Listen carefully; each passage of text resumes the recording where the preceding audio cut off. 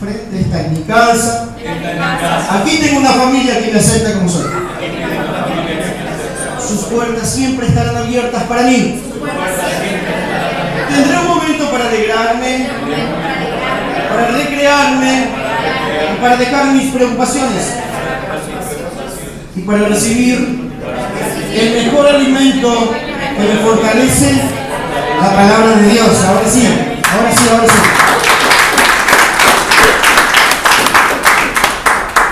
Estos días, una de estas noches, me iba a ir a dormir y dije, voy a comenzar a leer la Biblia de nuevo, ¿no? Pero voy a empezar por el Nuevo Testamento. Y comienzo a leer Mateos capítulo 1, Mateo capítulo 2, y algo me salta así a la vista. Yo no le voy a leer todo, sería bueno que si usted quiere acompañarme en la lectura de todo el Nuevo Testamento, puede comenzar porque yo me quedé en el capítulo 2 y no pude avanzar.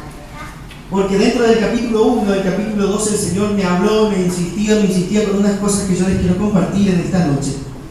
Y cuando yo escribo cosas, a mí me gusta ponerle un título, y al sermón se podía llamar para que se cumpla, como también lo que tiene que pasar para que pase, ¿no? O lo que tiene que ocurrir para que eso ocurra. Y yo estaba ahí, y decía, ¿cómo enganchamos esto? Porque hay cosas que tienen que ocurrir para que ocurra lo que usted quiere que ocurra. Me va siguiendo. Hay cosas que tienen que pasar para que pase eso que usted quiere que pase. Hay otras cosas que tienen que pasar para lograr eso que usted quiere que pase. Tengo un amigo que tiene una característica de enamorarse de mujeres que tienen novio. Y es complicado. Este muchacho dice, para que eso se cumpla, el novio le tiene que dejar, tiene que avanzar él, pero si no es complicado. Y yo le diría, porque a menudo nosotros desconocemos cómo habrán de cumplirse las cosas que tendrán que ocurrir en nuestro entorno. Desconocemos el cómo. Yo siempre me hago esta pregunta porque soy recontra preguntón. Cuando yo oro a Dios y pido cosas a Dios, ¿cuántos piden cosas a Dios? Piden. ¿Usted nunca se preguntó qué tiene que pasar para que esa respuesta se cumpla? Pero para que Dios cumpla las promesas hechas en nuestras vidas, tienen que ocurrir cosas. Y la palabra que yo les quiero transmitir en esta noche es para que usted no se desanime en ese proceso de cosas que les están pasando, porque cuando nos empiezan a pasar cosas adversas, nosotros decimos, pero esto no es lo que yo pedí a Dios.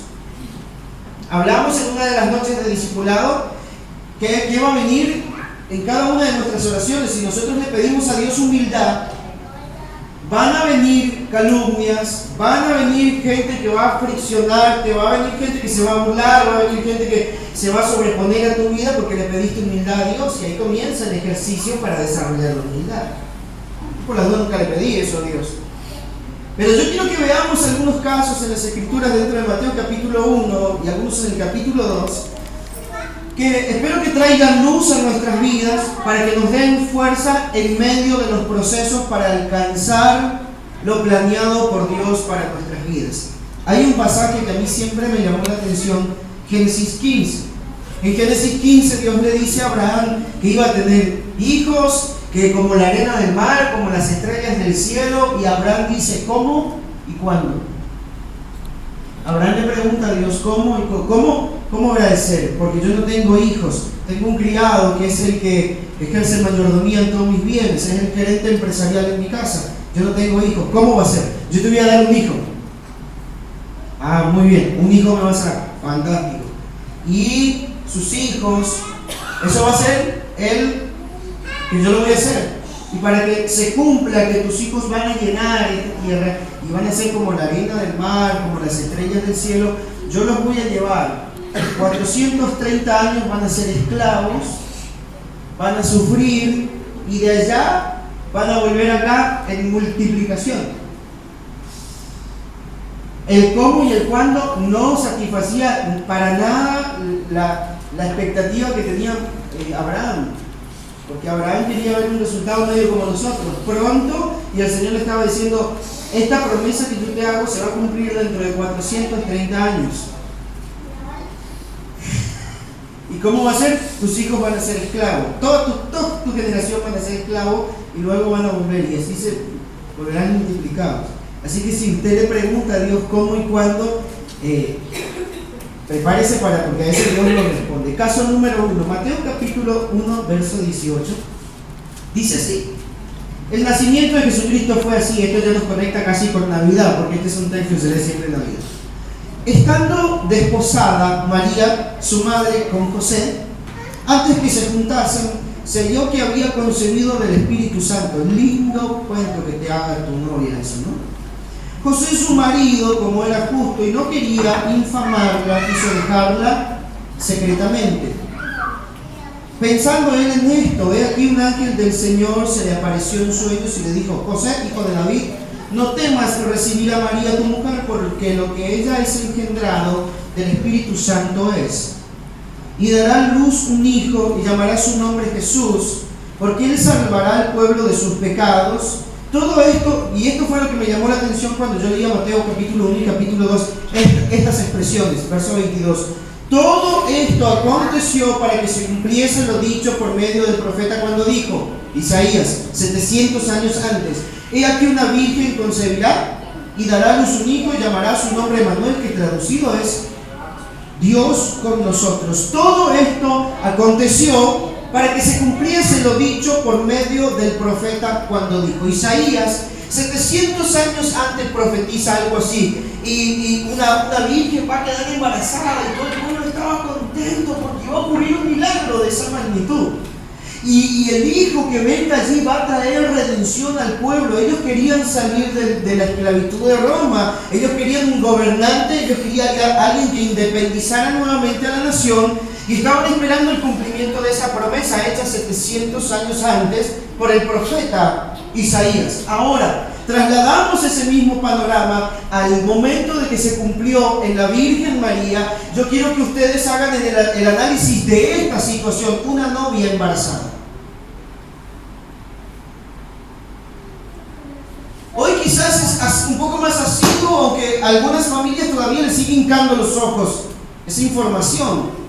Pero en el tiempo de María, una mujer como María, la palabra desposada quiere decir que todavía no se habían unido en intimidad.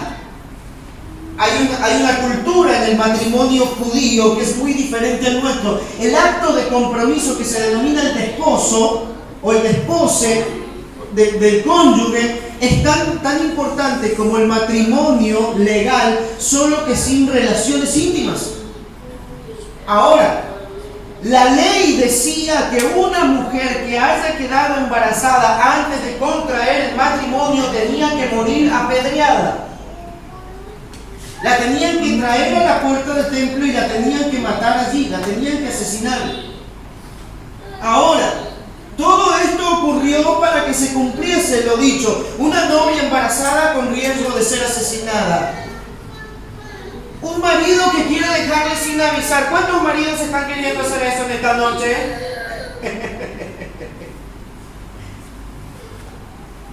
Porque eso no fue instantáneo. No es que José, José lo venía masticando. Sí, yo le iba a dejar. Esta me viene con el verso de que le embarazó el Espíritu Santo. Le van a matar a ella y me van a matar a mí. Por consecuencia, no, yo me las tomo. Y en medio de eso aparece un ángel allí y le habla. Y encima de todo recibe la noticia de que el hijo no era suyo.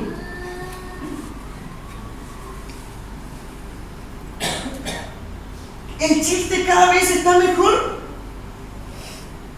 Una novia embarazada con riesgo de ser asesinada, un marido que quiere dejarla, encima de todo recibe la noticia de que el hijo no era suyo, y para completar, ni siquiera tiene el privilegio de ponerle el nombre. Nosotros, cuando venía Marcos y ya sabíamos que era un varón, empezamos allí con listas y era la emoción del momento. No, José no tuvo ni siquiera ese privilegio. Tiene una novia embarazada embarazada, un testimonio pésimo ante la sociedad, porque nosotros lo vemos como el camellito que va a Belén y María va, ¡ay, qué solemne! En ese tiempo no era nada lindo el panorama. Y todo eso, dice el profeta, escuche bien, todo eso aconteció para que se cumpliese lo que dijo un profeta. Hay cosas en nuestras vidas que están ocurriendo y a nosotros parece que nos retrasa, a nosotros parece que nos marca la moral, nos marca el testimonio, nos marca desde afuera, nos critica, porque el entorno de María, no crea que era muy diferente al de hoy. Le habrán criticado a ella, mirá, sí, que dicen, imagínate si tenés una vecina que está embarazada del espíritu, lo que se va a charlar en el barrio. Sí, y dice que es del espíritu María. Anda. Y toda esa carga del ambiente en contra, esa familia se tuvo que cargar, tuvo que llevarla consigo. ¿Para qué? Para que se cumpliese una palabra. Ella estaba albergando en su vientre al Salvador del mundo. Ella estaba albergando una promesa de Dios. Ella estaba albergando una palabra profética de 700 años que se estaba por cumplir. Estaba en juego su moralidad, estaba en juego su vida, su familia, estaba en juego muchas cosas, pero el Señor estaba usando todos esos reveses para cumplir una palabra. Yo vine a decirte que no importa lo que está pasando en tu entorno, en tu familia, la gente que te critica, la gente que te persigue, la gente que está dudando de tu integridad, si estás albergando un propósito de Dios, Dios va a usar todo eso para que se cumpla. Y como en una ocasión me dijeron, hay momentos y hay días en que parece que el escribir de Dios es entre líneas, yo vine a decirte que su final es perfecto. Amén. Todo esto ocurrió para que se cumpliese lo dicho por medio de un profeta que dijo: una virgen concebirá, vas a llamar su nombre Emmanuel. Segundo caso, capítulo 2 del libro de Mateo, verso 1 en adelante. Cuando Jesús nació en Belén de Judea, en los días del rey Herodes, vinieron del oriente a Jerusalén unos magos, diciendo: ¿dónde está el rey de los judíos que ha nacido? Porque su estrella hemos visto en el oriente y venimos a adorarle. Oyendo esto, el rey Herodes se turbó y toda Jerusalén con él, y convocados todos los principales sacerdotes y los escribas del pueblo, le preguntó dónde había de nacer el Cristo. Ellos le dijeron: en Belén de Judea, porque así está escrito por el profeta: y tú, Belén, tierra de Judá, no eres la más pequeña entre los príncipes de Judá, porque de ti saldrá un guiador que apacentará mi pueblo Israel. ¿Por qué nació en Belén Jesús? Todo esto ocurrió para que se cumpliese una palabra que dice que el Salvador iba a nacer en Belén. Jesús no vivía en Belén. José no vivía en Belén. Su familia no vivía en Belén. Y ahí dice que todo esto ocurrió para que se cumpliese lo dicho por un profeta de Belén. En Belén tenía que nacer. En Belén. Ahora, si cuando llegó el momento de nacer y María no está en Belén, María no estaba en Belén, José no estaba en Belén, su familia no estaba en Belén. Lucas capítulo 2 verso 1 dice: aconteció en aquellos días se promulgó un edicto por parte de Augusto César que todo el mundo fuese empadronado. Este primer censo hizo siendo Cirenio gobernador de Siria, e iban todos para ser empadronados, cada uno a su ciudad. Y José subió de Galilea, de la ciudad de Nazaret a Judea, a la ciudad de David, que se llama Belén, por cuanto era de la casa y la familia de David, para ser empadronado con María, su mujer, desposada con él, la cual estaba encinta, o sea, estaba embarazada. Y aconteció que estando ellos allí se cumplieron los días de su alumbramiento, y dio a luz a su hijo primogénito, y lo envolvió en pañales y lo acostó en un pesebre, porque no había lugar para ellos en el mesón. ¿Dónde tenía que nacer Jesús? La profecía decía que Jesús tenía que nacer en Belén. Allí se daría el inicio de una nueva etapa para toda la humanidad. Pero ocurre lo siguiente, que la persona que alberga en su vientre el Salvador del mundo, el cumplimiento de la profecía que tenía que nacer en Belén, estaba viviendo a 115 a 120 kilómetros apartado de ese lugar. Y escuche bien, no había asfalto, no había autos, no había colectivos, no, eran 100 kilómetros con todas sus desventajas que representaba en el tiempo del nacimiento de Cristo viajar 100 kilómetros. Hoy usted Yo me fui en moto, hice 100 kilómetros hasta El Dorado y me fui en moto y tardé 1 hora 10. Imagínense lo que era en el tiempo de Jesús, con una mulita, viajando en caravana, en carros, caminando, haciendo 115 kilómetros.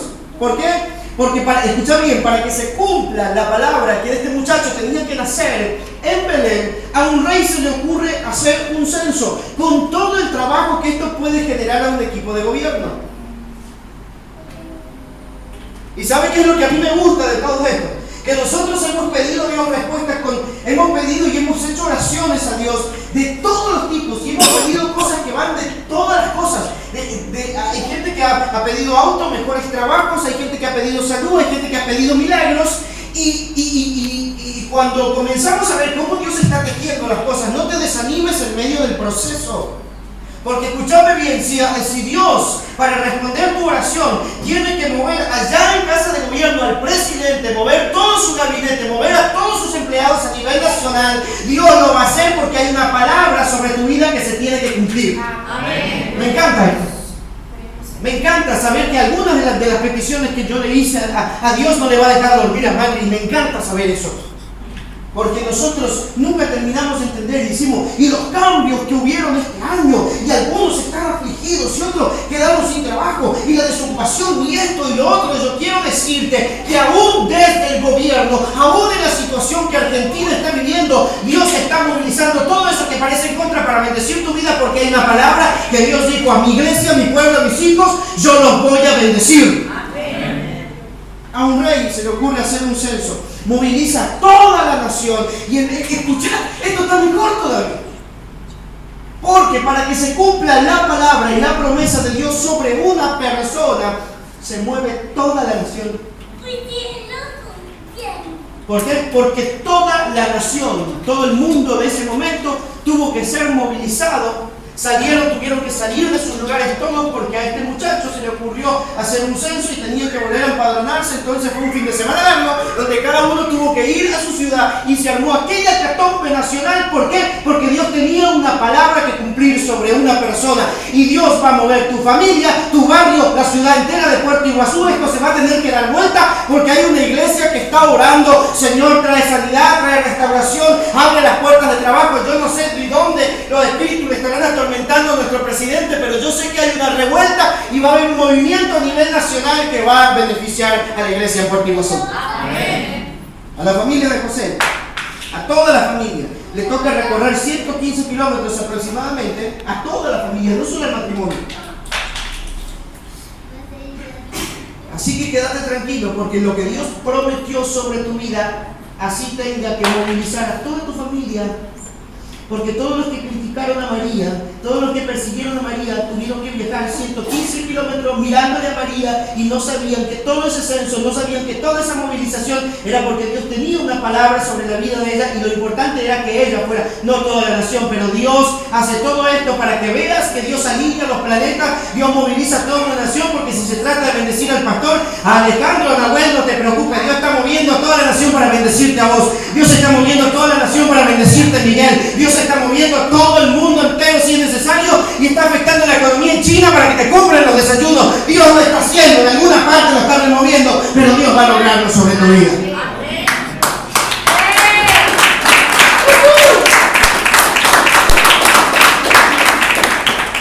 Me encanta lo que habrá sido vivir ese momento, me encanta. Por eso usted no puede criticar el gobierno de turno. Por eso nosotros no podemos criticar las decisiones de Macri, no, porque nos va a beneficiar. Porque todas las locuras que está haciendo ese hombre, si usted le apoya o no políticamente, a mí me interesa. Pero yo sé que todo lo que le está diciendo Dios va a redundar en bendición para mí, para la iglesia, mi familia, mis hijos, mis nietos, mis bisnietos, y van a ser marcados, porque lo que nosotros estamos gestando es parte del propósito y el plan de Dios y va a bendecir naciones. ¿Qué me importa de Dios? Esto está bueno. ¿Qué está pasando en tu entorno? Y dijiste, no, y ahora mira, tenemos que viajar, tenemos que hacer todo esto, tenemos que hacer. Hey, ahí está la respuesta a tu oración. Si abres los ojos y comienzas a ver cómo Dios está tejiendo las cosas, es porque Dios quiere bendecirte y cumplir el plan, el propósito y las palabras. Eso es lo que la mayoría del pueblo cristiano no entiende. Usted entra, yo le aviso a la gente que vino por primera vez y está escuchando, ustedes están en serio, ¿vale? Porque esta palabra va a marcar su vida. Ustedes no van a seguir igual. Porque lo que desde aquí, desde esta casa, se lanza, no son ni buenos deseos de Navidad, ni nada. No estoy diciendo que le va a ir mal, le estoy diciendo que Dios va a marcar su vida y va a establecer en claridad un propósito sobre sus vidas y no van a salir igual de este lugar. Y toda la familia ahí recorriendo 115 kilómetros junto con María. ¿Por qué? Porque el plan de Dios era que Jesús tenía que nacer en Belén, punto. Y para eso Dios movilizó toda la nación. ¡Qué buenísimo! ¿Para qué? Para que se cumpla una palabra. Así que yo quiero que mires todo lo que está pasando en tu contexto. El salmista David, Dios mío, ese tipo hizo lo que un ser humano puede hacer: mató gente, robó mujer ajena, pecó por deporte, increíble. Y esta mañana se levanta, se pega una esperezada en el balcón y en el Salmo 138, verso 8 dice: el Señor va a cumplir su propósito en mí. Yo meto un tiro así. Pero él tenía una convicción terrible de que, aún, escuche bien, de que todo lo que le estaba pasando, aún los pecados que él había cometido, estaba conectándole con el plan eterno y diseñado por Dios para que ese sea el hombre conforme al corazón de Dios. Yo no sé cuántas caídas, cuántas idas y vueltas tuviste en tu vida, pero yo quiero decirte que todo eso te pasó para que se cumpliese una palabra de Dios sobre tu vida. Vos y toda tu casa van a ser salvos. Fin de la charla. Amén. Tercer caso, Mateo capítulo 2, verso 13. Después partieron ellos, y aquí un ángel del Señor apareció en sueños a José. Estamos hablando siempre de Jesús. Y le dijo: levántate, toma al niño y a su madre y huye a Egipto. Permanece allá hasta que yo te diga, porque acontecerá que Herodes buscará al niño para matarlo. Y él, despertando, tomó de noche al niño y a su madre y se fue a Egipto, y estuvo allá hasta la muerte de Herodes, para que se cumpliese lo que dijo el Señor por medio del profeta cuando dijo: de Egipto llamé a mi hijo.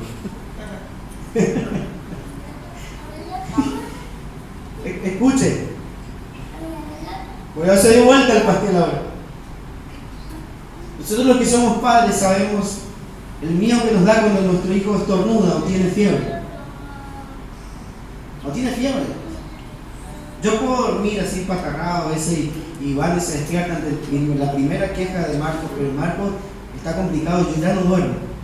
Y ahora, el Señor le dice a José: búscale a tu hijo para matarlo. Imagínate a ese padre. Un padre escapando por la vida de su hijo.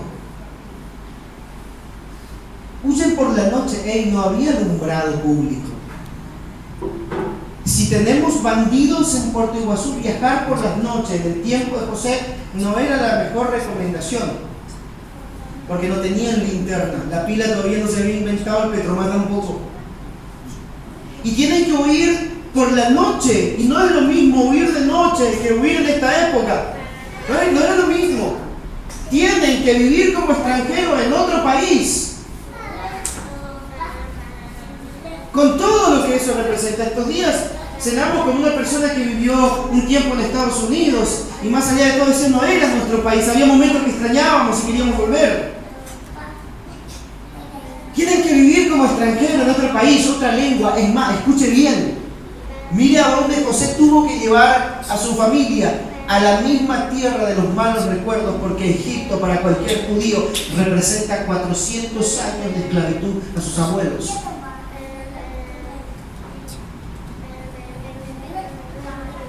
Tienen que vivir como extranjeros en un lugar de recuerdos amargos. O sea, ellos están yendo literalmente a un lugar que no quieren ir. ¿Para qué? ¿Para qué? Para que se cumpla. ¿Cuántos están en un lugar que no quieren estar? Lo van sumando, siéntense en libertad. Yo estoy en un lugar que no quiero estar. Si Dios me habló que iba a hacer conmigo esto, si Dios me prometió esto, si yo aspiraba para vivir tal cosa, ¿por qué estoy acá? Estás acá en Puerto Iguazú para que se cumpla la palabra dicha por el Señor. Naciste en esa familia, estás en ese trabajo, en esa casa, en ese barrio, porque Dios prometió algo sobre tu vida y eso está ocurriendo para que la promesa de Dios, por eso nosotros no nos podemos desanimar.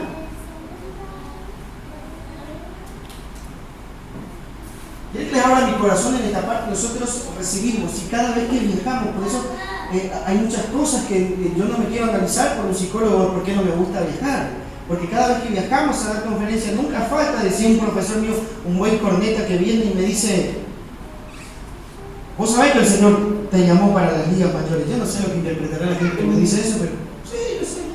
Bueno, vos sabés que Dios te va a llevar a las naciones. Sí, yo sé. Vos sabés que Dios te va a hacer un tipo grande y será un milagro terrible porque es todo lo que hay.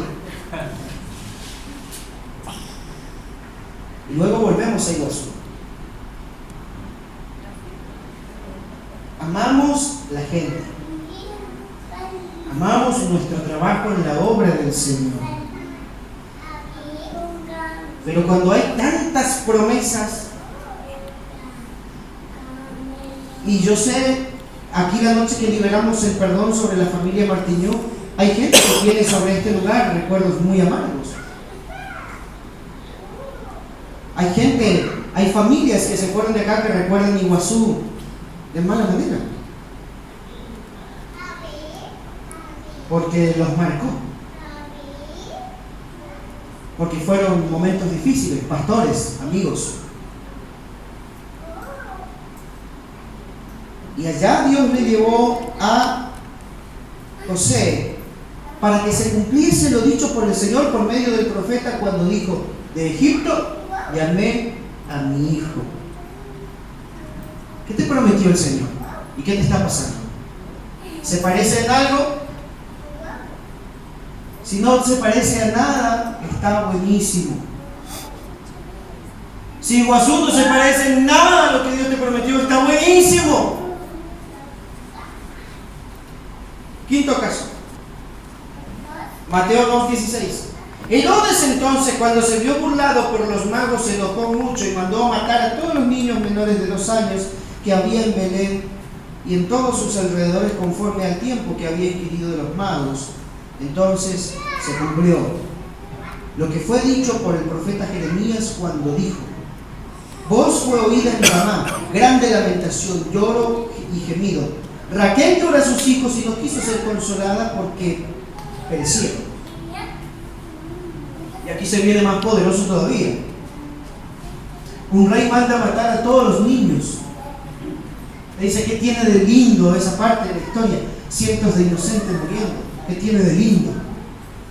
Pero eso ocurrió para que se cumpliese una palabra de juicio, una palabra determinante por un profeta, Jeremías, entre 700 y 900 años antes de que vendría este cumplimiento. Cientos de familias son golpeadas por el dolor amargo. Entonces se cumplió lo que fue dicho por medio del profeta. Hay una palabra del Antiguo Testamento que dice: crean a los profetas y van a ser prosperados. Y es la parte pastoral, profética, ministerial, espiritual que más nos cuesta a nosotros los pastores. Porque usted viene y le escucha a los pastores hablar y Dios te va a bendecir, Dios te va a prosperar, Dios te va a sanar, todo eso va a ocurrir si haces las cosas bien, si obedeces a Dios. Pero yo tengo que decirte en esta noche que si sigues jugando con tu salvación, con tu alma, con tu eternidad, llegará el momento de muerte y esta palabra se va a cumplir.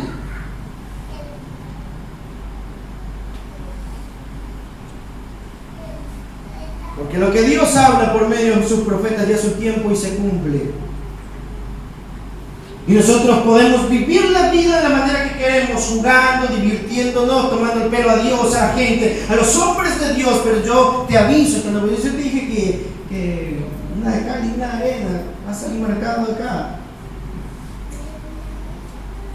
Que las palabras que Dios establece sobre el nombre de Dios se cumplen. 700 a 900 años pasó y las familias podían decir: no, esa palabra que dijo, ¿viste? Jeremías dijo que se iban a morir todos los niños, eso no se cumple. ¿Viste? Esa palabra que dijo el profeta que la maldad iba a recaer sobre nuestro hijo, no se cumple, no se cumple. 900 años pasaron y la palabra se cumplió. Paso la hoja porque yo sé que esto duele. Sexto caso, y con este terminamos, así que con Pablo.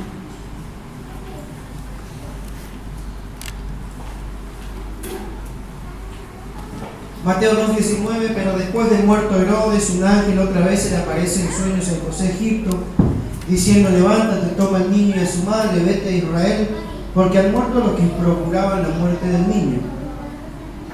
Entonces se levantó y tomó al niño y a su madre y vino a tierra de Israel.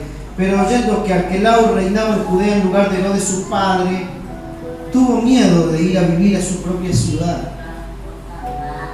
Pero avisado por revelación en sueños, se fue a la región de Galilea. Y vino y habitó en la ciudad que se llama Nazaret, para que se cumpliese lo que fue dicho por los profetas, que habría de ser llamado Nazaret. Escuchen esto. Cuando parece que te consolidas en un lugar, bueno, ya tienes tu casita, bueno, ya nos sacó el Señor de Belén, de Israel, y nos trajo a Egipto. José ya tenía trabajo seguro, tenía sus amigos en el barrio. José se iba 3 veces por semana a jugar fútbol con sus amigos, comía asado, los miércoles venía a la reunión de hombres. Y cuando parece que se afinca en un lugar, José, bueno, tenés que salir de acá. ¿Cómo? Sí, ya tenés que volver. Otra vez mudanza. Otra vez mudanza. Después de organizar una ceremonia de boda, la mudanza dice que es lo más estresante en la escala del estrés. Organizar una boda, hacer una mudanza.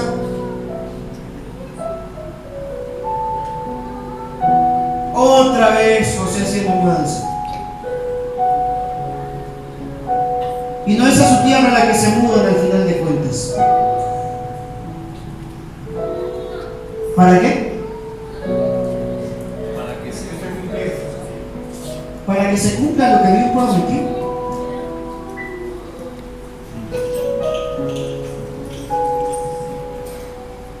¿A qué quiero llegar con esto?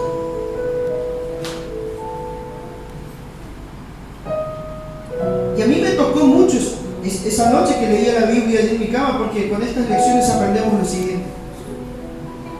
Escuchad bien. Si Dios tiene que poner en riesgo vidas humanas, sacar privilegios a ciertas personas, movilizar presidentes y naciones enteras, y yo no dudo que en este momento toda la movilización que está ocurriendo en Argentina es Dios que lo está haciendo. Si Dios tiene que hacer que andes errante de una ciudad a otra, todo eso está ocurriendo para que se cumpla lo que Dios te prometió.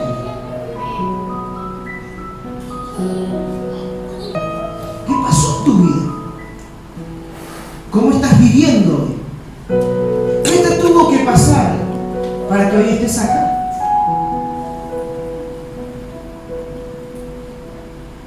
¿Qué te está pasando y no estás viendo a Dios en ello?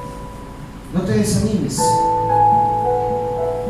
Si todavía no tenés en claro, te suelto esta palabra. Jeremías 29:11 dice: Dios, yo sé de los planes que tengo para vos, y son planes de bien, no de mal.